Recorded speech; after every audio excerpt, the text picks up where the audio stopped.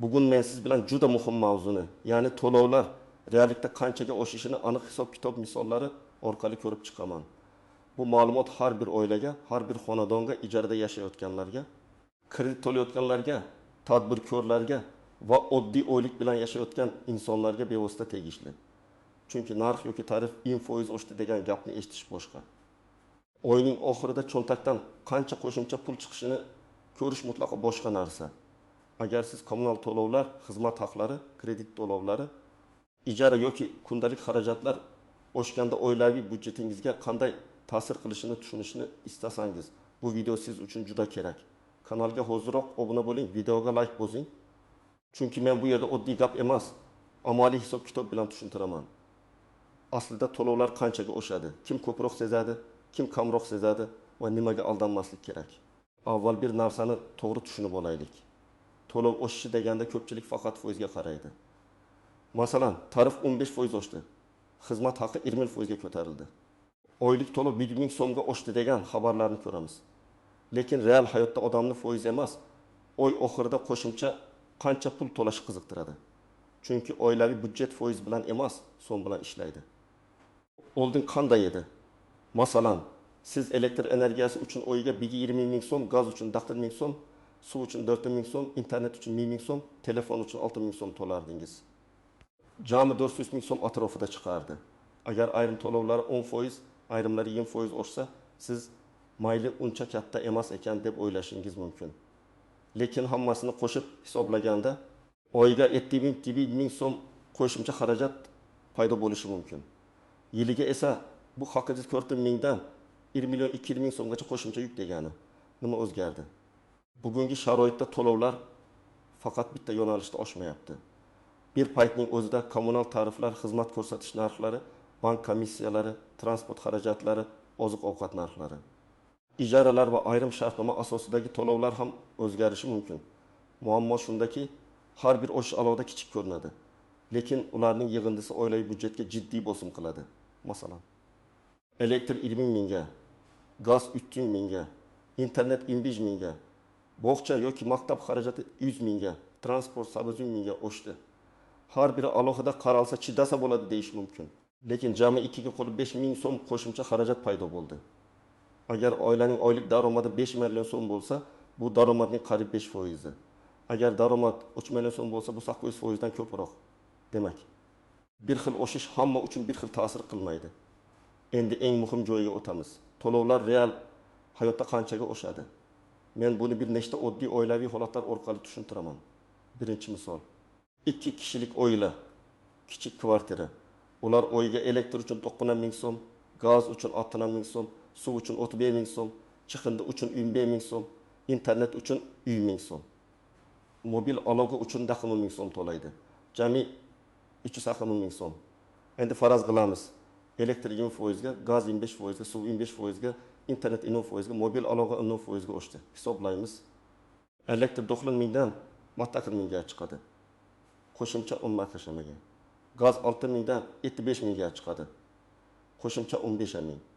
Suv 35 mingdan taxminan 4200 so'mga chiqadi. Qo'shimcha 5200 so'm. İnternet 1 mingdan 20 mingga chiqadi. Qo'shimcha 10 ming.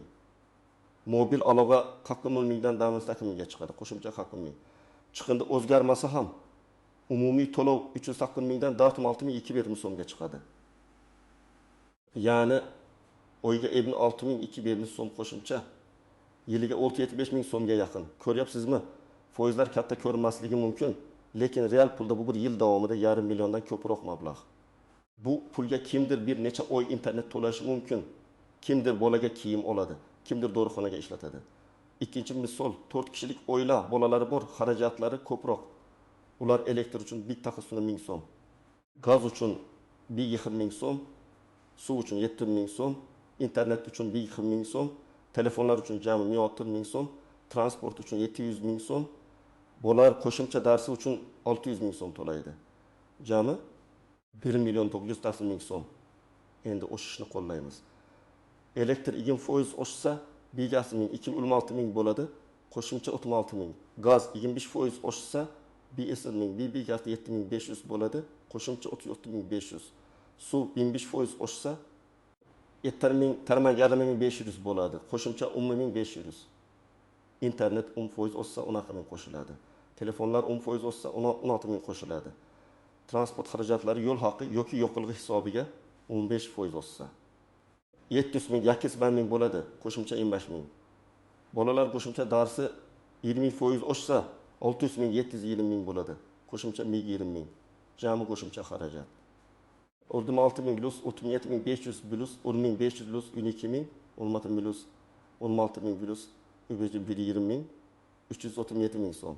Demak, avval 20 million 960 ming so'm bo'lgan majburiy yoki deyarli majburiy xarajatlar 2 million 327 ming so'mga chiqadi. Yiliga esa qo'shimcha 10 million 4 ming so'm. Bu juda katta raqam. Ayniqsa oylik daromad 6-7 million atrofida bo'lsa, bu o'sha oilaning erkin pulini keskin kamaytiradi. Uchinchi misol ijarada yashovchi yosh oila. Ular oyga 3 million so'm ijara, 500 ming so'm kommunal, 400 ming so'm internet va aloqa, 20 million so'm transport, 3 million so'm oziq-ovqat sarflaydi. Jami yetim ijara 10% oshsa 300 ming qo'shiladi. Kommunal 20% oshsa 20 ming qo'shiladi. İnternet va aloqa 10% oshsa 40 ming qo'shiladi. Transport 11% oshsa 7 ming qo'shiladi. Oziq-ovqat 10% oshsa 300 ming qo'shiladi. Jami qo'shimcha 890 ming so'm. Mana eng og'ir tomoni shu. Ko'pchilik faqat kommunal to'lov oshishni ko'radi.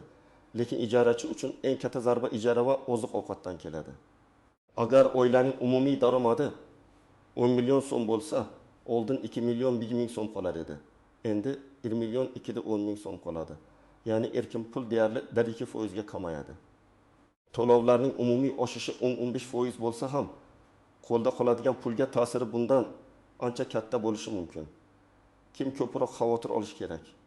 Birinchi navbatda daromad qat'iy bo'lganlar, oylik oluvchilar, pensiya oluvchilar, stipendiya bilan yashovchilar, ijarada turuvchilar, ko'p farzandli oilalar, kredit to'layotganlar. Chunki ularning daromadi har oy avtomatik oshmaydi, lekin xarajatlari oshadi. Ikkinchi guruh elektr, gaz, suvni ko'p ishlatadigan xonadonlar. Masalan, uyda konditsioner, elektr pech, suv isitgich, muzlatgichlar, nasos yoki issiqxona bo'lsa, tarif oshishi ko'proq seziladi. Uchinchi guruh kichik biznes egalari. Chunki ularning kommunal va ijara xarajatlari oshsa, ular yoki foydadan voz kechadi yoki narxni oshiradi. Natijada xaridor ham bosimni sezadi. Kim kamroq xavotir olishi mumkin? Agar sizning daromadingiz inflyatsiyaga mos ravishda oshib borayotgan bo'lsa, qarzingiz bo'lmasa, ijarada turmasangiz, kommunal iste'molingiz kam bo'lsa, budjetingizda zaxira pul bo'lsa, to'lov oshishi siz uchun og'ir zarba bo'lmasligi mumkin. Lekin baribir hisob-kitob qilish kerak. Chunki men sezmayman degan odam ham yil oxirida millionlab so'm ortiqcha chiqim qilganini ko'rishi mumkin. Endi men juda muhim nozik jihatlarga o'taman. Chunki to'lov oshishini noto'g'ri hisoblash ko'p uchraydi. Birinchi tuzoq foizni eski umumiy xarajatga emas, alohida to'lovga qo'llash kerak. Masalan, kommunal 20% oshdi deb butun oylik xarajatga 20% qo'shish noto'g'ri. Agar oilaning jami xarajati 8 million bo'lsa, kommunal esa 500 ming bo'lsa, kommunalning 20% oshishi butun budjetni 20% oshirmaydi. U faqat 7 ming so'm qo'shadi. Lekin agar bir vaqtda ijara, transport, oziq-ovqat ham oshsa, umumiy ta'sir kattalashadi. Ikkinchi tuzoq limit, norma yoki blokli tariflar. Ba'zi to'lovlarda iste'mol ma'lum chegaradan oshsa, keyingi qismi qimmatroq hisoblanishi mumkin. Masalan, birinchi 200 kilovat arzonroq, undan yuqorisi qimmatroq bo'lsa, sizning real oshishingiz rasmiy foizdan yuqori bo'lishi mumkin. Chunki siz aynan qimmat zonaga tushib qolasiz. Oddiy misol, avval 2000 kilovat ishlatardingiz. 200 kilovat bir narxida, 5 kilovat boshqa narxda hisoblanar edi. Agar yozda konditsioner sabab 3-5 kilovatga chiqsangiz, oxirgi 1-5 kilovat qimmatroq bo'lishi mumkin. Shunda hisob tarif 20% oshdi degandan ko'ra og'irroq chiqadi. Uchinchi nozik jihat mavsumiylik. Gaz va elektr to'lovlari yil davomida bir xil emas. Qishda gaz ko'proq, yozda elektr ko'proq sarflanadi. Agar siz faqat bahordagi past iste'mol oyini olib hisoblasangiz, qishda haqiqiy zarbani ko'rib hayron qolasiz. To'g'ri hisob uchun kamida 6 oy. Ideal holatda 12 oylik kvitansiyalarni ko'rib chiqish kerak. Shunda o'rtacha oy, eng yuqori oy va eng past oy aniq ko'rinadi. To'rtinchi tuzoq xizmat haqi va komissiyalar. Ba'zi to'lovlarda asosiy summa oshmaydi. Lekin xizmat ko'rsatish haqi Bank komissiyasi ilova orqali to'lashdagi qo'shimcha foiz abonent to'lovi oshadi. Masalan, internet narxi 100 mingdan 10 mingga chiqdi. Lekin modem ijarasi yoki qo'shimcha paket ham 25 ming bo'ldi. Siz 10 ming oshdi deb o'ylaysiz. Aslida 25 ming oshgan bo'ladi. Kreditlarda ham shunday. Oylik to'lov o'zgarmagan bo'lishi mumkin, lekin sug'urta, SMS xabarnoma, karta xizmat haqi, kechikish jarimasi xarajatni ko'paytiradi. 5-nozik jihat, daromad o'sishi va xarajat o'sishini alohida solishtirish kerak. Masalan, oyligingiz 10% oshdi. Bu yaxshi. Lekin xarajatlaringiz 25% oshsa, siz real hayotda kambag'allashasiz. Agar 5 million olgan odamning oyligi 5 million 5 ming bo'lsa, 5 ming qo'shimcha daromad bor. Lekin uning oylik xarajatlari 4 million 700 mingdan 5 million 400 mingga chiqsa, oldin 300 ming qolgan bo'lsa, endi 100 ming qoladi. Qog'ozda oylik oshdi. Hayotda erkin pul kamaydi. 6-jihat. Oiladagi har bir kishi soni oshganda xarajat bir xil oshmaydi. Masalan, bitta odamning elektr sarfi 100 ming bo'lsa, ikki odamniki 200 ming bo'lishi shart emas. Lekin suv, oziq-ovqat, transport, telefon, kiyim, ta'lim xarajatlari odam soniga juda bog'liq. Shuning uchun to'lovlar oshishini hisoblaganda oilangiz tarkibini inobatga oling. Bolalar bormi? Qariyalar bormi? Kimdir uyda ishlaydimi? Kimdir har kuni qatnaydimi? 7-jihat. Qarz va kreditlar. Agar sizda kredit bo'lsa, to'lovlar oshishi faqat kommunal bilan bog'liq emas. Chunki kredit oylik daromadning bir qismini allaqachon band qilib qo'ygan. Masalan, oilaning daromadi 8 million, kredit to'lovi 3 million, qolgan 5 million bilan yashaydi. Agar yashash xarajatlari 700 mingga oshsa, bu umumiy daromadning 8.9% bo'lishi mumkin. Lekin kreditdan keyin qoladigan pulning urdik foizi. Shu sababli kreditli oilalar oshishni kuchliroq sezadi. Birinchi qadam, oxirgi 6 yoki 12 oylik to'lovlaringizni yig'ing. Elektr, gaz, suv, internet, telefon, ijara, kredit, transport, bog'cha, maktab, qo'shimcha dars, oziq-ovqat, dorilar, sug'urta, xizmat haqlari. Agar kvitansiyalı telefon ilovalarida bo'lsa, screenshot qiling yoki summalarni daftar yoki Excel jadvalga yozing. Agar qog'oz kvitansiya bo'lsa, alohida papkaga soling. Bu zerikarli ko'rinadi. Lekin hisob-kitobsiz siz vaziyatni boshqara olmaysiz. Ikkinchi qadam, xarajatlarni 3 guruhga ajrating. Birinchi guruh majburiy to'lovlar. Ular ijara, kredit, kommunal, ta'lim, dori, transport kabi bekor qilib bo'lmaydigan xarajatlar. Ikkinchi guruh moslashuvchan xarajatlar. Masalan, internet paketi, mobil tarif, ovqatlanish odatlari, taksi, kiyim-kechak. Uchinchi guruh kechiktiriladigan xarajatlar. Masalan, yangi texnika, ta'til, bezak, qimmat sovg'alar. O'shish davrida aynan ikkinchi va uchinchi guruhni qayta ko'rib chiqish kerak. Uchinchi qadam, har bir to'lov bo'yicha yangi summani hisoblang. Formulasi juda oddiy. Eski to'lovni o'shish foiziga ko'paytirasiz va ustiga qo'shasiz. Masalan, 200 ming so'm 15% ga oshsa, 200 mingning 15% 30 ming. Yangi to'lov 230 ming. Agar 800 ming so'm 10% oshsa, 800 ming qo'shiladi. Yangi summa paxus taqdirlangan. Agar hisoblash qiyin bo'lsa, telefon kalkulyatorida eski summani 25 ga ko'paytiring. Bu 25% oshgan natija. 20% uchun 20% uchun 25% uchun 25. 4-qadam. Eng og'ir 3 ta xarajatni aniqlang. Odatda bu ijara yoki kredit, oziq-ovqat, transport yoki kommunal bo'ladi.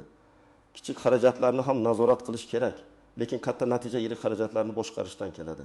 Masalan, telefon tarifini 20 mingga arzonlashtirish yaxshi, lekin transportni oyiga 200 mingga kamaytirish yoki elektr sarfini 90 mingga tushirish ancha katta ta'sir beradi. 5-qadam, kommunal iste'molni tekshiring. Hisoblagich ko'rsatkichlarni har oy bir kunda yozib boring. Elektrda qaysi jihoz ko'p sarflayotganini aniqlang. Eski muzlatgich, elektr isitgich, konditsioner, suv isitgich, dazmol, elektr pech. Gazda isitish tizimi, plita va suv isitish usulini ko'ring. Suvda esa oqib turgan kran, unitaz baki, eski aralashtirgichlar ko'p pul yeydi. Ba'zan 10 ming so'mlik ta'mirlash oyiga 20 ming so'm tejaydi. 6-qadam. Tarif va shartnomalarni qayta ko'rib chiqing. Internet provayderingizga qo'ng'iroq qiling va arzonroq paket bormi so'rang. Mobil operator ilovasiga kirib, siz ishlatmaydigan xizmatlar ulanganmi tekshiring. Bank kartangizda pullik SMS, keraksiz sug'urta xizmat haqi bormi bilib oling. Kredit shartnomasida komissiya va jarimalar bandini o'qing. Agar ijara bo'lsa, uy egasi bilan muddatli kelishuv qiling. Masalan, 6 oy ichida narx oshmasligi haqida yozma kelishuv bo'lsa, byudjetingizni oldindan rejalashtirasiz. 7-qadam. Zaxira fond yarating. Men bilaman, hamma ham ortiqcha pul yig'a olmaydi, lekin maqsad katta bo'lishi shart emas. Avval bir oylik kommunal to'lov miqdorida zaxira qiling. Keyin bir oylik ijara yoki kredit to'lov miqdorida. Zaxira bo'lmasa, to'lov oshish sizni qarzga kirishga majbur qiladi. Qarz esa keyingi oy xarajatini yanada oshiradi. 8-qadam. Agar to'lov noto'g'ri hisoblangan deb o'ylasangiz, darhol tekshiring. Elektr, gaz yoki suv bo'yicha hisoblagich raqamini kvitansiyadagi raqam bilan solishtiring. Farq bo'lsa, xizmat ko'rsatuvchi tashkilotga murojaat qiling. Ariza yozganda aniq yozing. Men falon manzilda yashayman. Falon abonent raqamiga tegishli to'lov bo'yicha hisob-kitobni qayta tekshirib berishingizni so'rayman. Hisoblagichning amaldagi ko'rsatkichi falon, kvitansiyada falon ko'rsatilgan. Ilova sifatida hisoblagich rasmi va oldingi to'lov kvitansiyasini taqdim etaman. Shunday yozsangiz murojaatingiz aniq bo'ladi. 9-qadam. Hujjatlarni saqlang. Kvitansiyalar, shartnomalar, bank to'lovlari, ilova skrinshotlari, hisoblagich rasmlari, murojaat raqamlari kerak bo'lishi mumkin. Ayniqsa, bahsli holatda men to'laganman yoki hisob noto'g'ri deyish uchun dalil zarur. Og'zak gap bilan emas, hujjat bilan ishlang. 10-qadam. Oilaviy budjet yig'ilishini qiling. Bu g'alati eshitilishi mumkin, lekin foydali.